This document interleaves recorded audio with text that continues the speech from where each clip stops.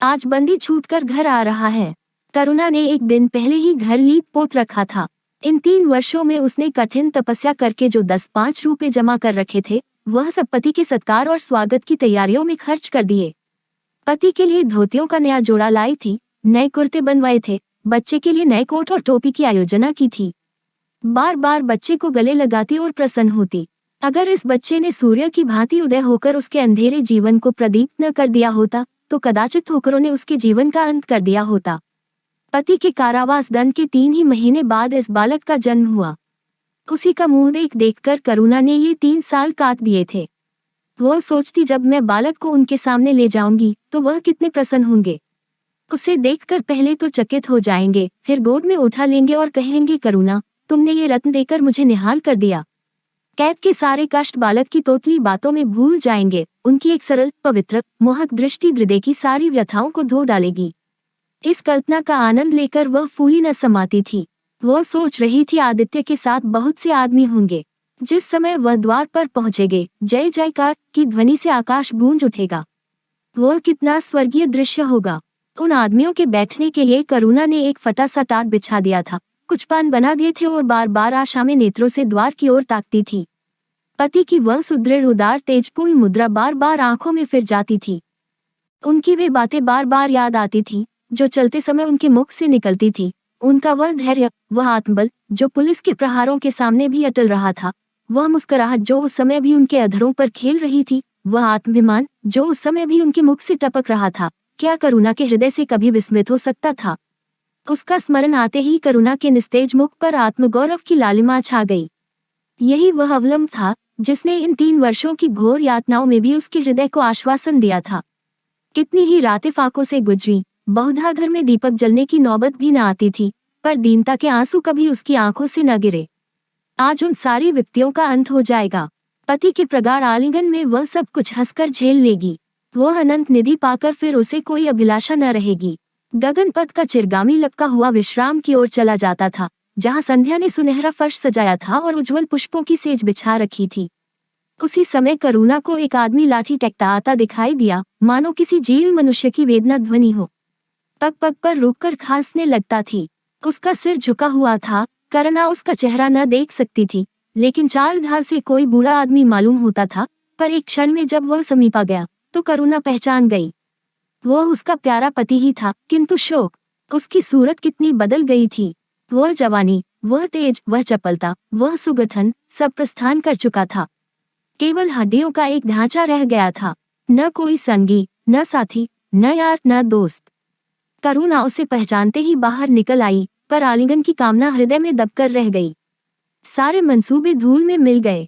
सारा मनोल्लास आंसुओं के प्रवाह में बह गया, विलीन हो गया। आदित्य ने घर में कदम रखते ही मुस्कुराकर करुणा को देखा, पर उस मुस्कान में वेदना का एक संसार भरा हुआ था। करुणा ऐसी शिथिल हो गई, मानो हृदय का स्पंदन रुक गया हो। वह फटी हुई आंखों से स्वामी की ओर टकटकी बांधे खड़ी थी, मानो उसे अपनी आंखों पर अब भी विश्वास न आता हो। स्वागत या दुख का एक शब्द भी उसके मुंह से न निकला। बालक भी गोद में बैठा हुआ सहमी आंखों से इस कंकाल को देख रहा था और माता की गोद में चिपटा जाता था। आखिर उसने कातर स्वर में कहा, ये तुम्हारी क्या दशा है? बिल्कुल पहचाने नहीं जाते। आदित्य ने उसकी चिंता को शांत करने के लिए मुस्कुराने की चेष्टा करके कहा, कुछ नहीं, जरा दुबला हो गया हूँ। तुम्हारे हाथों का भोजन पाकर फिर स्वस्थ हो जाऊंगा। करुणा, छी, सूख कर कांटा हो गए। क्या वहाँ भरपेट भोजन नहीं मिलता? तुम कहते थे राजनीतिक आदमियों के साथ बड़ा अच्छा व्यवहार किया जाता है, और वो तुम्हारे साथ ही क्या हो गए जो तुम्हें 8 पहर घेरे रहते थे और तुम्हारे पसीने की जगह खून बहाने को तैयार रहते थे। आदित्य की त्योरियों पर बल पड़ गए। बोले, यह बड़ा ही कटु अनुभव है करुणा। मुझे न मालूम था कि मेरे कैद होते ही लोग मेरी ओर से यूं आंखें फेर लेंगे, कोई बात भी न पूछेगा। राष्ट्र के नाम पर मिटने वालों का यही पुरस्कार है, यह मुझे न मालूम था। जनता अपने सेवकों को बहुत जल्द भूल जाती है, ये तो मैं जानता था, लेकिन अपने सहयोग और सहायक इतने बेवफा होते हैं, इसका मुझे ये पहला ही अनुभव हुआ। लेकिन मुझे किसी से शिकायत नहीं। सेवा स्वयं अपना पुरस्कार है। मेरी भूल थी कि मैं इसके लिए यश और नाम चाहता था। करुणा, तो क्या वहाँ भोजन भी न मिलता था? आदित्य, यह न पूछो करुणा, बड़ी करुण कथा है। बस यही गनीमत समझो कि जीता लौट आया। तुम्हारे दर्शन बदे थे, नहीं, कष्ट तो ऐसे ऐसे उठाए कि अब तक मुझे प्रस्थान कर जाना चाहिए था। मैं जरा लेटूंगा, खड़ा नहीं रहा जाता। दिन भर में इतनी दूर आया हूँ। करुणा, चलकर कुछ खा लो तो आराम से लेटो। बालक को गोद में उठाकर, बाबूजी है बेटा, तुम्हारे बाबूजी। इनकी गोद में जाओ, तुम्हें प्यार करेंगे। आदित्य ने आंसू भरी आंखों से बालक को देखा और उनका एक एक रोम उनका तिरस्कार करने लगा। अपनी जीर्ण दशा पर उन्हें कभी इतना दुख न हुआ था। ईश्वर की असीम दया से यदि उनकी दशा संभल जाती तो वह फिर कभी राष्ट्रीय आंदोलन के समीप न जाते। इस फूल से बच्चे को यौन संसार में लाकर दरिद्रता की आग में झोंकने का उन्हें क्या अधिकार था। वह अब लक्ष्मी की उपासना करेंगे और अपना क्षुद्र जीवन बच्चे के लालन पालन के लिए अर्पित कर देंगे। उन्हें इस समय ऐसा ज्ञात हुआ कि बालक उन्हें उपेक्षा की दृष्टि से देख रहा है, मानो कह रहा है, मेरे साथ आपने कौन सा कर्तव्य पालन किया। उनकी सारी कामना, सारा प्यार बालक को हृदय से लगा देने के लिए अधीर हो उठा, पर हाथ फैल न सके। हाथों में शक्ति ही न थी। करुणा बालक को लिए हुए उठी और थाली में कुछ भोजन निकालकर लाई। आदित्य ने क्षुधापूर्ण नेत्रों से थाली की ओर देखा, मानो आज बहुत दिनों के बाद कोई खाने की चीज सामने आई है। जानता था कि कई दिनों के उपवास के बाद और आरोग्य की इस गई गुजरी दशा में उसे जबान को काबू में रखना चाहिए, पर सब्र न कर सका। थाली पर टूट पड़ा और देखते देखते थाली साफ कर दी। करुणा सशंक हो गई। उसने दोबारा किसी चीज के लिए न पूछा, थाली उठाकर चली गई, पर उसका दिल कह रहा था इतना तो कभी न खाते थे। करुणा बच्चे को कुछ खिला रही थी कि एकाएक कानों में आवाज आई, करुणा। करुणा ने आकर पूछा, क्या तुमने मुझे पुकारा है? आदित्य का चेहरा पीला पड़ गया था और सांस जोर जोर से चल रही थी। हाथों के सहारे वहीं टाट पर लेट गए थे। करुणा उनकी यह हालत देखकर घबरा गई। बोली, जाकर किसी वैद्य को बुला लाऊं। आदित्य ने हाथ के इशारे से उसे मना करके कहा, व्यर्थ है करुणा, अब तुमसे छिपाना व्यर्थ है। मुझे तपेदिक हो गया है, कई बार मरते मरते बच गया हूँ। तुम लोगों के दर्शन बदे थे, इसलिए प्राण न निकलते थे। देखो प्रिय, रो मत। करुणा ने सिसकियों को दबाते हुए कहा, मैं वैद्य को लेकर अभी आती हूँ। आदित्य ने फिर सिर हिलाया, नहीं करुणा, केवल मेरे पास बैठी रहो। अब किसी से कोई आशा नहीं है, डॉक्टरों ने जवाब दे दिया है। मुझे तो यह आश्चर्य है कि यहाँ पहुँच कैसे गया। न जाने कौन दैवी शक्ति मुझे वहां से खींच लाई। कदाचित यह इस बुझते हुए दीपक की अंतिम झलक थी।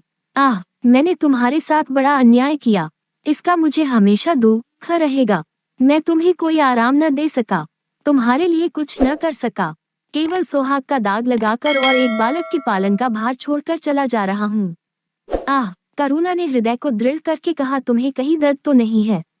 आग बना लाऊं? कुछ बताते क्यों नहीं? आदित्य ने करवट बदलकर कहा, कुछ करने की जरूरत नहीं प्रिय, कहीं दर्द नहीं, बस ऐसा मालूम हो रहा है कि दिल बैठा जाता है, जैसे पानी में डूबा जाता हूँ। जीवन की लीला समाप्त हो रही है। दीपक को बुझते हुए देख रहा हूँ, कह नहीं सकता कब आवाज बंद हो जाए। जो कुछ कहना है वह कह डालना चाहता हूँ, क्यों वह लालसा ले जाऊं? मेरे एक प्रश्न का जवाब दोगी? पूछूं? करुणा के मन की सारी दुर्बलता, सारा शोक, सारी वेदना मानो लुप्त हो गई और उनकी जगह उस आत्मबल का उदय हुआ जो मृत्यु पर हंसता है और विपत्ति के सांपों से खेलता है। रत्नजटित मखमली म्यान में जैसे तेज तलवार छिपी रहती है, जल के कोमल प्रवाह में जैसे असीम शक्ति छिपी रहती है, वैसे ही रमणी का कोमल हृदय साहस और धैर्य को अपनी गोद में छिपाए रहता है। क्रोध जैसे तलवार को बाहर खींच लेता है, विज्ञान जैसे जल शक्ति का उद्घाटन कर लेता है, वैसे ही प्रेम रमणी के साहस और धैर्य को प्रदीप्त कर देता है। करुणा ने पति के सिर पर हाथ रखते हुए कहा, पूछते क्यों नहीं प्यारे? आदित्य ने करुणा के हाथों के कोमल स्पर्श का अनुभव करते हुए कहा, तुम्हारे विचार में मेरा जीवन कैसा था? बधाई के योग्य। देखो, तुमने मुझसे कभी पर्दा नहीं रखा। इस समय भी स्पष्ट कहना, तुम्हारे विचार में मुझे अपने जीवन पर हंसना चाहिए या रोना चाहिए? करुणा ने उल्लास के साथ कहा, ये प्रश्न क्यों करते हो प्रियतम? क्या मैंने तुम्हारी उपेक्षा कभी की है? तुम्हारा जीवन देवताओं का सा जीवन था, निस्वार्थ, निर्लिप्त और आदर्श।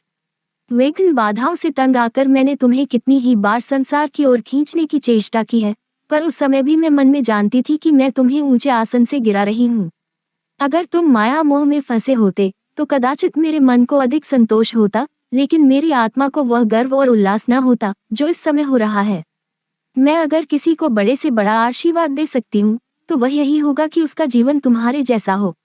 ये कहते कहते करुणा का आभाहीन मुखमंडल ज्योतिर्मय हो गया, मानो उसकी आत्मा दिव्य हो गई हो।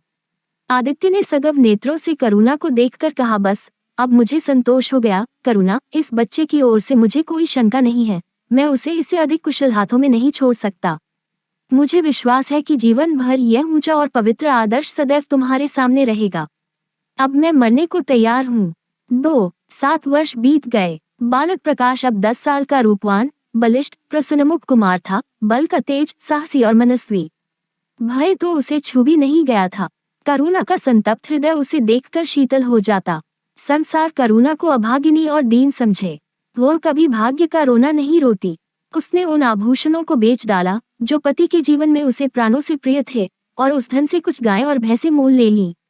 वह कृषक की बेटी थी और गोपालन उसके लिए कोई नया व्यवसाय न था। इसी को उसने अपनी जीविका का साधन बनाया। विशुद्ध दूध कहाँ मयस्सर होता है, सब दूध हाथों हाथ बिक जाता। करुणा को पहर रात तक काम में लगा रहना पड़ता, पर वह प्रसन्न थी। उसके मुख पर निराशा या दीनता की छाया नहीं, संकल्प और साहस का तेज है। उसके एक एक अंग से आत्मगौरव की ज्योति सी निकल रही है। आंखों में एक दिव्य प्रकाश है, गंभीर, अथाह और असीम। सारी वेदनाएं, वैधव्य का शोक और विधि का निर्मम प्रहार सब उस प्रकाश की गहराई में विलीन हो गया है। प्रकाश पर वह जान देती है। उसका आनंद, उसकी अभिलाषा, उसका संसार, उसका स्वर्ग सब प्रकाश पर न्यौछावर है। पर यह मजाल नहीं कि प्रकाश कोई शरारत करे और करुणा आंखें बंद कर ले। नहीं, वो उसके चरित्र की बड़ी कठोरता से देखभाल करती है। वह प्रकाश की माँ नहीं, माँ बाप दोनों हैं। उसके पुत्र स्नेह में माता की ममता के साथ पिता की कठोरता भी मिली हुई है। पति के अंतिम शब्द अभी तक उसके कानों में गूंज रहे हैं। वह आत्मोल्लास जो उनके चेहरे पर झलकने लगा था, वह गर्व में लाली जो उनकी आंखों में छा गई थी, अभी तक उसकी आंखों में फिर रही है।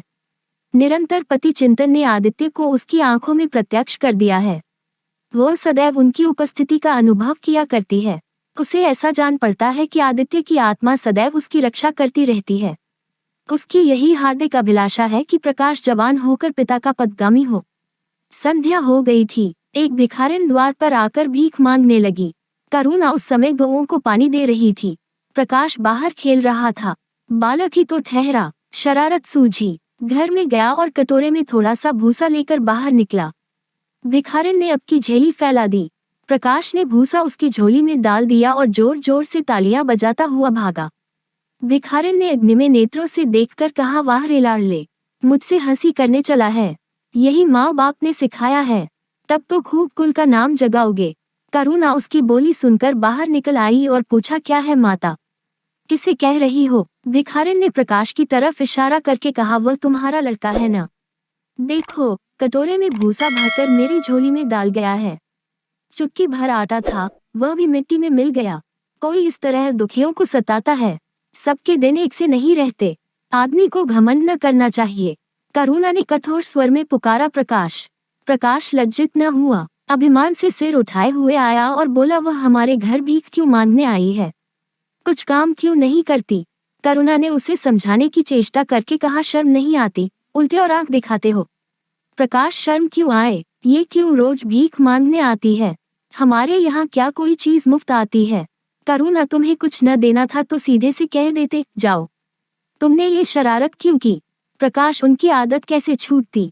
करुणा ने बिगड़कर कहा, तुम अब पिटोगे मेरे हाथों। प्रकाश, पिटूंगा क्यों? आप जबरदस्ती पीटेंगी। दूसरे मुल्कों में अगर कोई भीख मांगे तो कैद कर लिया जाए, यह नहीं कि उल्टे भिखमंगों को और शह दी जाए। करुणा जो अपन है वह कैसे काम करे? प्रकाश तो जाकर डूब मरे, जिंदा क्यों रहती है? करुणा निरुत्तर हो गई। बुढ़िया को तो उसने आटा दाल देकर विदा किया, किंतु प्रकाश का कुतर्क उसके हृदय में फोड़े की समान टीसता रहा। उसने ये धृष्टता, यह विनय कहाँ सीखी? रात को भी उसे बार बार यही ख्याल सताता रहा। आधी रात के समीप एकाएक प्रकाश की नींद टूटी। लालटेन जल रही है और करुणा बैठी रो रही है। उठ बैठा और बोला, अम्मा, अभी तुम सोई नहीं? करुणा ने मुंह फेरकर कहा, नींद नहीं आई। तुम कैसे जग गए? प्यास तो नहीं लगी है? प्रकाश, नहीं अम्मा, न जाने क्यों आंख खुल गई। मुझसे आज बड़ा अपराध हुआ अम्मा। करुणा ने उसके मुख की ओर स्नेह के नेत्रों से देखा। प्रकाश, मैंने आज बुढ़िया के साथ बड़ी नटखट की, मुझे क्षमा करो, फिर कभी ऐसी शरारत न करूंगा। ये कहकर रोने लगा। करुणा ने स्नेहार्द्र होकर उसे गले लगा लिया और उसके कपोलों का चुंबन करके बोली, बेटा, मुझे खुश करने के लिए ये कह रहे हो या तुम्हारे मन में सचमुच पछतावा हो रहा है? प्रकाश ने सिसकते हुए कहा, नहीं अम्मा, मुझे दिल से अफसोस हो रहा है। अब की वह बुढ़िया आएगी तो मैं उसे बहुत से पैसे दूंगा। करुणा का हृदय मतवाला हो गया। ऐसा जान पड़ा आदित्य सामने खड़े बच्चे को आशीर्वाद दे रहे हैं और कह रहे हैं, करुणा शोक मत कर, प्रकाश अपने पिता का नाम रोशन करेगा, तेरी संपूर्ण कामनाएं पूरी हो जाएंगी। 3. लेकिन प्रकाश के कर्म और वचन में मेल न था और दिनों के साथ उसके चरित्र का अप्रत्यक्ष होता जाता था। जहीन था ही विश्वविद्यालय से उसे वजीफे मिलते थे, करुणा भी उसकी यथेष्ट सहायता करती थी, फिर भी उसका खर्च पूरा न पड़ता था। वह मितव्ययता और सरल जीवन पर विद्वत्ता से भरे हुए व्याख्यान दे सकता था, पर उसका रहन सहन फैशन के अंधभक्तों से जौ भर घटकर न था। प्रदर्शन की धुन उसे हमेशा सवार रहती थी। उसके मन और बुद्धि में निरंतर द्वंद्व होता रहता था। मन जाति की ओर था, बुद्धि अपनी ओर। बुद्धि मन को दबाए रहती थी। उसके सामने मन की एक न चलती थी। जाति सेवा ऊसर की खेती है, वहाँ बड़े से बड़ा उपहार जो मिल सकता है वह है गौरव और यश, पर वह भी स्थायी नहीं, इतना अस्थिर कि क्षण में जीवन भर की कमाई पर पानी फिर सकता है। अतः उसका अंतःकरण अनिवार्य वेग के साथ विलासमय जीवन की ओर झुकता था, यहाँ तक कि धीरे धीरे उसे त्याग और निग्रह से घृणा होने लगी। वह दुरवस्था और दरिद्रता को हेय समझता था। उसके हृदय न था, भाव न थे, केवल मस्तिष्क था। मस्तिष्क में दर्द कहाँ, वहाँ तो तर्क है, मंसूबे हैं। सिंध में बाढ़ आई, हजारों आदमी तबाह हो गए। विद्यालय ने वहाँ एक सेवा समिति भेजी। प्रकाश के मन में द्वंद्व होने लगा, जाऊं या न जाऊं। इतने दिनों अगर वह परीक्षा की तैयारी करे तो प्रथम श्रेणी में पास हो। चलते समय उसने बीमारी का बहाना कर दिया। करुणा ने लिखा, तुम सिंध न गए, इसका मुझे दुख है। तुम बीमार रहते हुए भी वहां जा सकते थे। समिति में चिकित्सक भी तो थे। प्रकाश ने पत्र का उत्तर न दिया। उड़ीसा में अकाल पड़ा, प्रजा मक्खियों की तरह मरने लगी। कांग्रेस ने पीड़ितों के लिए एक मिशन तैयार किया। उन्हीं दिनों विद्यालयों ने इतिहास के छात्रों को ऐतिहासिक खोज के लिए लंका भेजने का निश्चय किया। करुणा ने प्रकाश को लिखा, तुम उड़ीसा जाओ, किंतु प्रकाश लंका जाने को लालायित था। वह कई दिन इसी दुविधा में रहा। अंत को सीलोन ने उड़ीसा पर विजय पाई। करुणा ने अब की उसे कुछ न लिखा, चुपचाप रोती रही। सीलोन से लौटकर प्रकाश छुट्टियों में घर गया। करुणा उससे खींची खींची रही। प्रकाश मन में लज्जित हुआ और संकल्प किया कि अब की कोई अवसर आया तो अम्मा को अवश्य प्रसन्न करूंगा। ये निश्चय करके वह विद्यालय लौटा, लेकिन यहाँ आते ही फिर परीक्षा की फिक्र सवार हो गई। यहाँ तक कि परीक्षा के दिन आ गए, मगर इम्तिहान से फुर्सत पाकर भी प्रकाश घर न गया। विद्यालय के एक अध्यापक कश्मीर सैर करने जा रहे थे। प्रकाश उन्हीं के साथ कश्मीर चल खड़ा हुआ। जब परीक्षा फल निकला और प्रकाश प्रथम आया, तब उसे घर की याद आई। उसने तुरंत करुणा को पत्र लिखा और अपने आने की सूचना दी। माता को प्रसन्न करने के लिए उसने 2-4 शब्द जाति सेवा के विषय में भी लिखे। अब मैं आपकी आज्ञा का पालन करने को तैयार हूँ। मैंने शिक्षा संबंधी कार्य करने का निश्चय किया है, इसी विचार से मैंने वह विशिष्ट स्थान प्राप्त किया है। हमारे नेता भी तो विद्यालयों के आचार्यों ही का सम्मान करते हैं। अभी तक इन उपाधियों के मोह से वे मुक्त नहीं हुए हैं।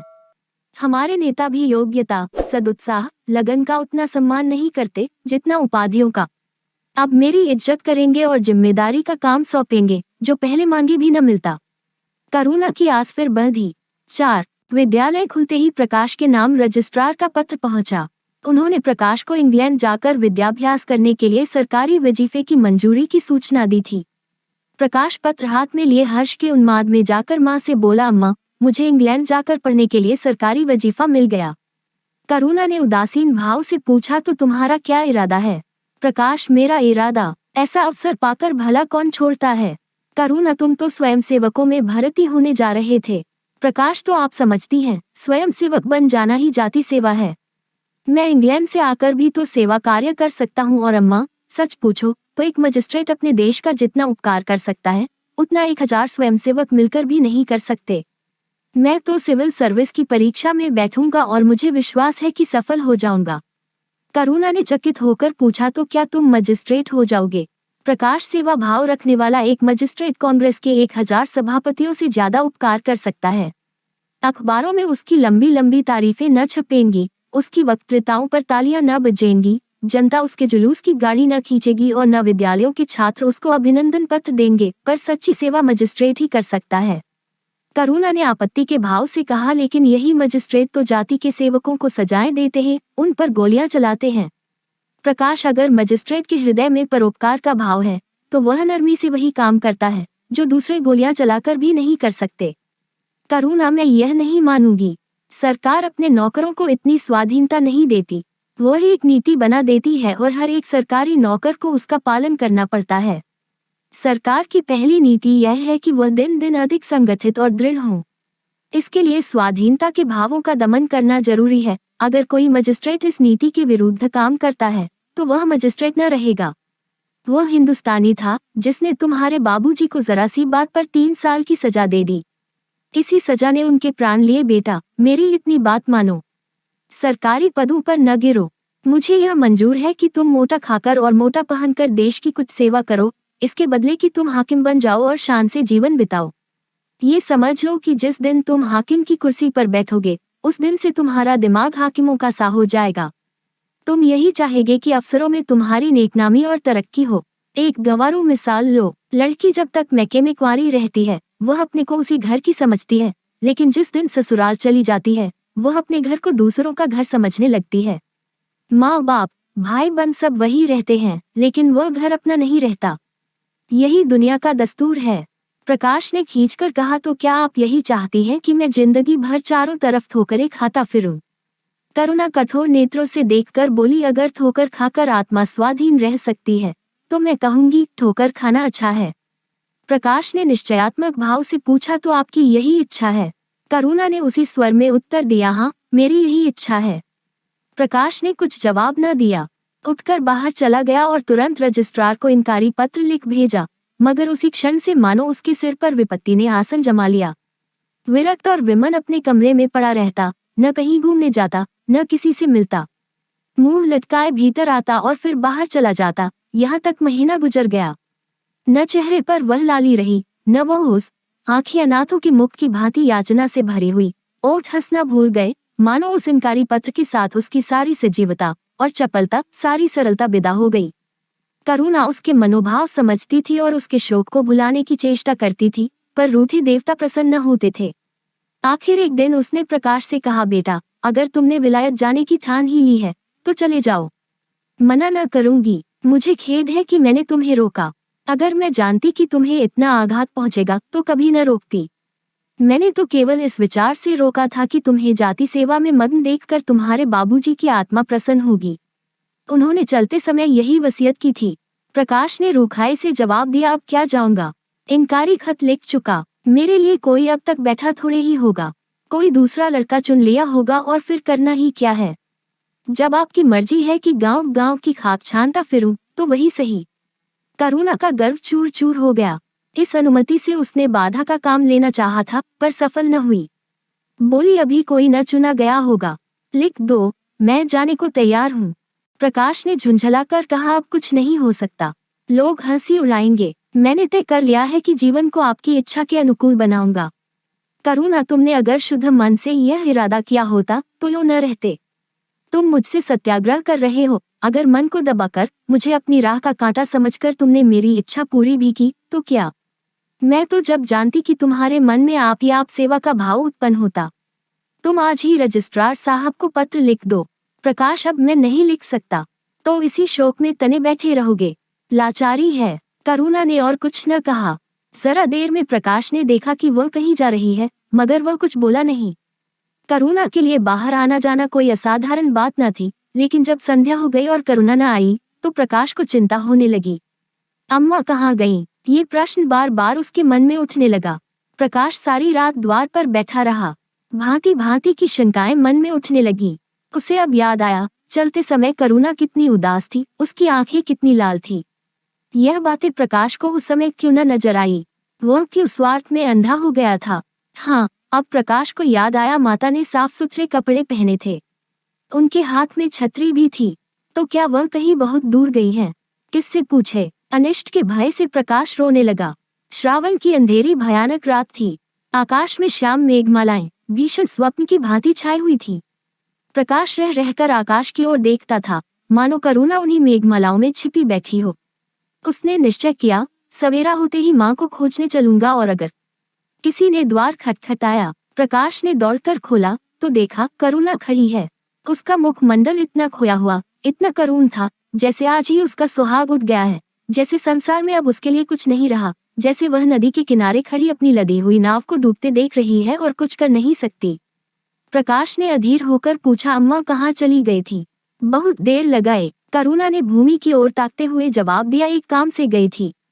देर हो गई, ये कहते हुए उसने प्रकाश के सामने एक बंद लिफाफा फेंक दिया। प्रकाश ने उत्सुक होकर लिफाफा उठा लिया। ऊपर ही विद्यालय की मुहर थी। तुरंत ही लिफाफा खोलकर पड़ा। हल्की सी लालिमा चेहरे पर दौड़ गई। पूछा, ये तुम्हें कहाँ मिल गया अम्मा? करुणा, तुम्हारे रजिस्ट्रार के पास से लाई हूँ। क्या तुम वहाँ चली गई थी?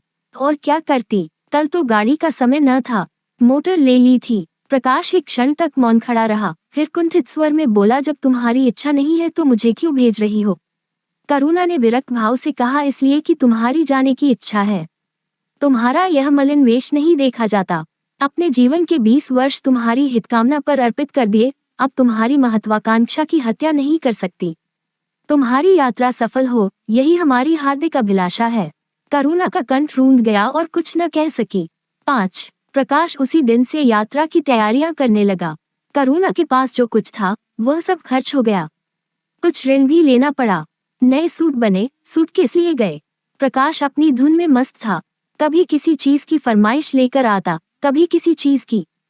करुणा इस एक सप्ताह में इतनी दुर्बल हो गई है, उसके बालों पर कितनी सफेदी आ गई है, चेहरे पर कितनी झुर्रियां पड़ गई हैं, यह उसे कुछ न नजर आता। उसकी आंखों में इंग्लैंड के दृश्य समाये हुए थे। महत्वाकांक्षा आंखों पर पर्दा डाल देती है। प्रस्थान का दिन आया। आज कई दिनों के बाद धूप निकली थी। करुणा स्वामी के पुराने कपड़ों को बाहर निकाल रही थी। उनकी गाढ़े की चादरें, खद्दर के कुर्ते, पाजामे और लिहाफ अभी तक संदूक में संचित थे। प्रतिवर्ष वे धूप में सुखाए जाते और झाड़ पोंछ कर रख दिए जाते थे। करुणा ने आज फिर उन कपड़ों को निकाला, मगर सुखाकर रखने के लिए नहीं, गरीबों में बांट देने के लिए। वह आज पति से नाराज है। वह लुटिया, डोर और घड़ी, जो आदित्य की चिरसंगिनी थी और जिनकी 20 वर्ष से करुणा ने उपासना की थी, आज निकालकर आंगन में फेंक दी गई। वह झोली जो बरसों आदित्य के कंधों पर आरूढ़ रह चुकी थी, आप कूड़े में डाल दी गई। वह चित्र जिसके सामने 20 वर्ष से करुणा सिर झुकाती थी, आज वही निर्दयता से भूमि पर डाल दिया गया। पति का कोई स्मृति चिन्ह वह अब अपने घर में नहीं रखना चाहती। उसका अंतःकरण शोक और निराशा से विदीर्ण हो गया है और पति के सिवा वह किस पर क्रोध उतारे?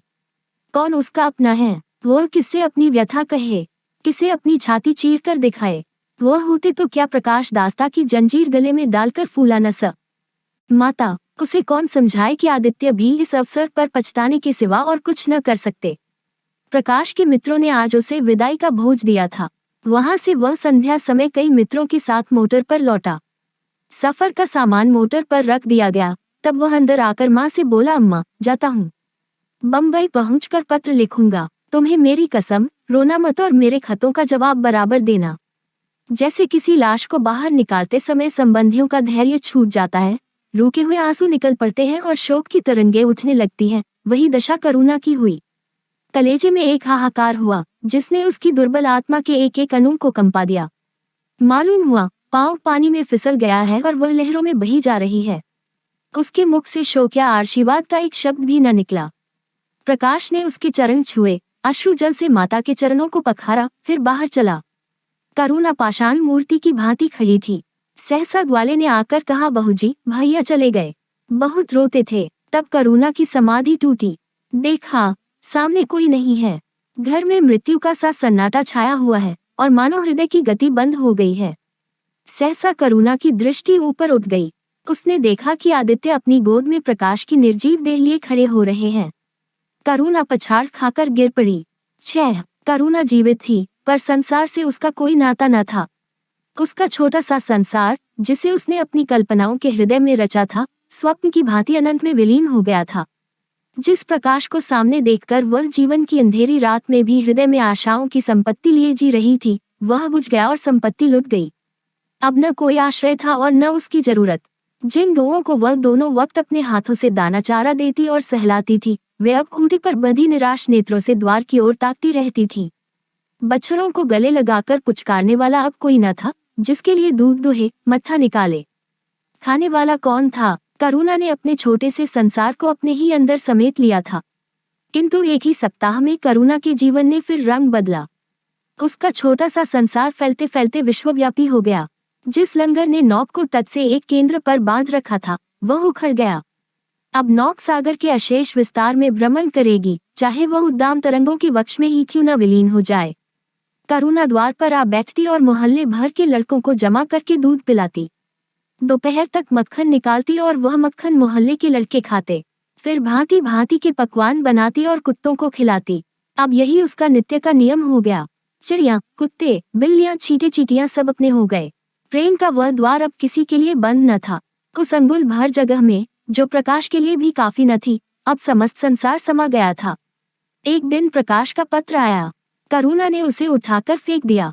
फिर थोड़ी देर के बाद उसे उठाकर फाड़ डाला और चिड़ियों को दाना चुगाने लगी। मगर जब निशा योगिनी ने अपनी धूनी जलाए और वेदनाएं उसे वरदान मांगने के लिए विकल होकर चली, तो करुणा की मनोवेदना भी सजग हो उठी। प्रकाश का पत्र पढ़ने के लिए उसका मन व्याकुल हो उठा। उसने सोचा, प्रकाश मेरा कौन है? मेरा उससे क्या प्रयोजन? हाँ, प्रकाश मेरा कौन है? हाँ, प्रकाश मेरा कौन है? हृदय ने उत्तर दिया, प्रकाश तेरा सर्वस्व है। वह तेरे उस अमर प्रेम की निशानी है, जिससे तू सदैव के लिए वंचित हो गई। वह तेरा प्राण है, तेरे जीवन दीपक का प्रकाश, तेरी वंचित कामनाओं का माधुर्य, तेरे अश्रुजल में विहार करने वाला हंस। करुणा उस पत्र के टुकड़ों को जमा करने लगी, माना उसके प्राण बिखर गए हों। एक एक टुकड़ा उसे अपने खोए हुए प्रेम का एक पदचिन्ह सा मालूम होता था। जब सारे पुर्जे जमा हो गए, तो करुणा दीपक के सामने बैठकर उसे जोड़ने लगी, जैसे कोई वियोगी हृदय प्रेम के टूटे हुए तारों को जोड़ रहा हो। हाय री ममता, वह अभागिन सारी रात उन पुरजों को जोड़ने में लगी रही। पत्र दोनों ओर लिखा था, इसलिए पुरजों को ठीक स्थान पर रखना और भी कठिन था। कोई शब्द, कोई वाक्य बीच में गायब हो जाता। उस एक टुकड़े को वह फिर खोजने लगती। सारी रात बीत गई, पर पत्र अभी तक अपूर्ण था।